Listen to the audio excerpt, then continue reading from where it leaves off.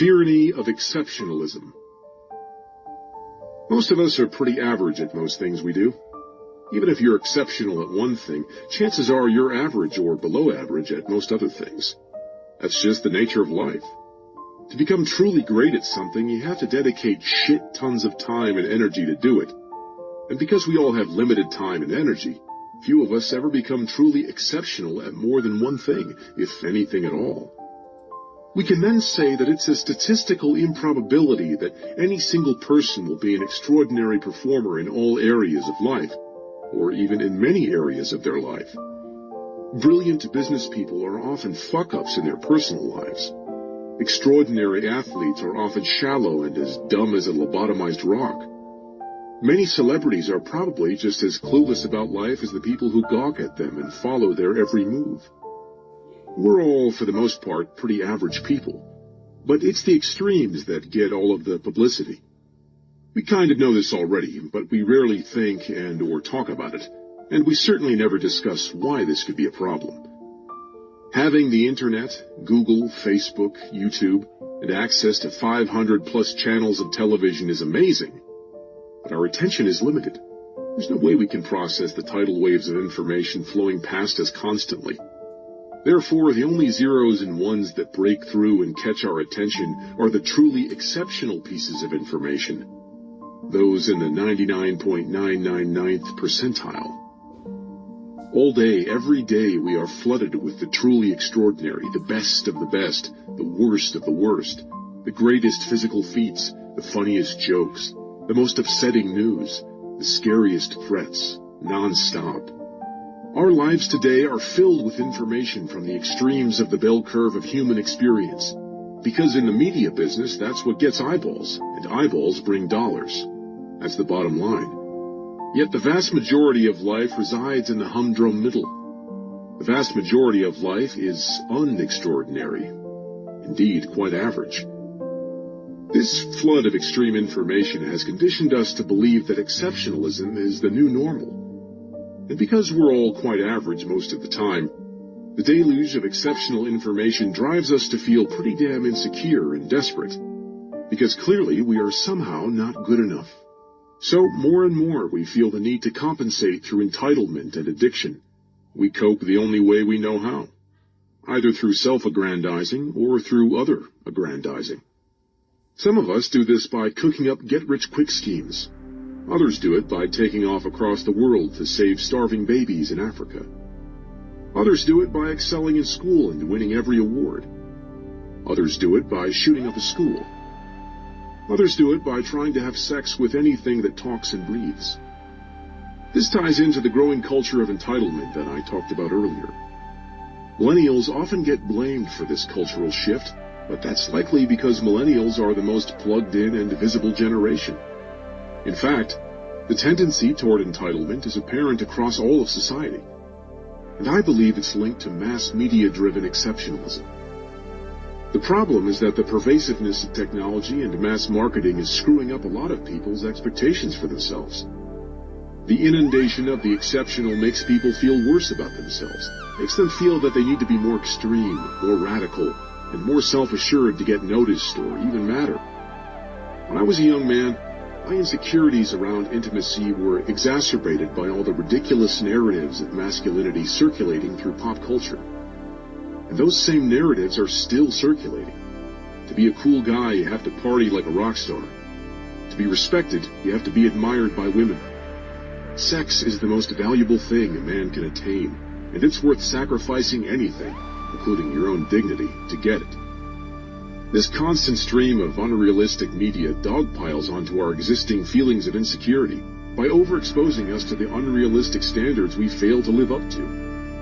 Not only do we feel subjected to unsolvable problems, but we feel like losers because a simple Google search shows us thousands of people without those same problems. Technology has solved old economic problems by giving us new psychological problems. The internet has not just open-sourced information. It has also open-sourced insecurity, self-doubt, and shame. But if I'm not going to be special or extraordinary, what's the point? It has become an accepted part of our culture today to believe that we are all destined to do something truly extraordinary. Celebrities say it. Business tycoons say it. Politicians say it. Even Oprah says it, so it must be true. Each and every one of us can be extraordinary. We all deserve greatness. The fact that this statement is inherently contradictory, after all, if everyone were extraordinary, then by definition no one would be extraordinary, is missed by most people. And instead of questioning what we actually deserve or don't deserve, we eat the message up and ask for more. Being average has become the new standard of failure. The worst thing you can be is in the middle of the pack, the middle of the bell curve. When a culture's standard of success is to be extraordinary, it then becomes better to be at the extreme low end of the bell curve than to be in the middle, because at least there you're still special and deserve attention. Many people choose this strategy to prove to everyone that they are the most miserable or the most depressed or the most victimized.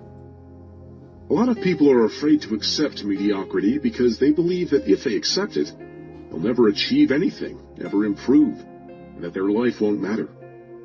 This sort of thinking is dangerous.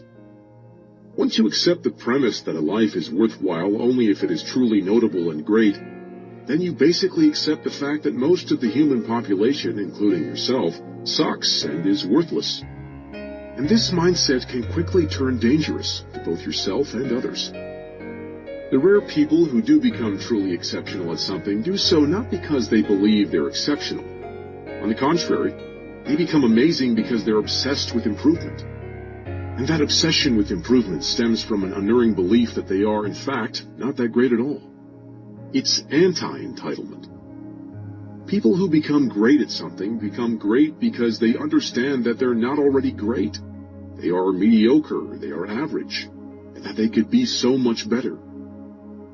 All of this every person can be extraordinary and achieve greatness stuff is basically just jerking off your ego. It's a message that tastes good going down, but in reality is nothing more than empty calories that makes you emotionally fat and bloated. The proverbial Big Mac for your heart and your brain. The ticket to emotional health, like that to physical health, comes from eating your veggies. That is, accepting the bland and mundane truths of life. Truths such as, your actions actually don't matter that much in the grand scheme of things, and the vast majority of your life will be boring and not noteworthy, and that's okay. This vegetable course will taste bad at first, very bad. You will avoid accepting it. But once ingested, your body will wake up feeling more potent and more alive. After all, that constant pressure to be something amazing, to be the next big thing, will be lifted off your back. The stress and anxiety of always feeling inadequate and constantly needing to prove yourself will dissipate. And the knowledge and acceptance of your own mundane existence will actually free you to accomplish what you truly wish to accomplish, without judgment or lofty expectations. You will have a growing appreciation for life's basic experiences. The pleasures of simple friendship, creating something, helping a person in need, reading a good book, laughing with someone you care about. Sounds boring, doesn't it? That's because these things are ordinary. But maybe they're ordinary for a reason. Because they are what actually matters.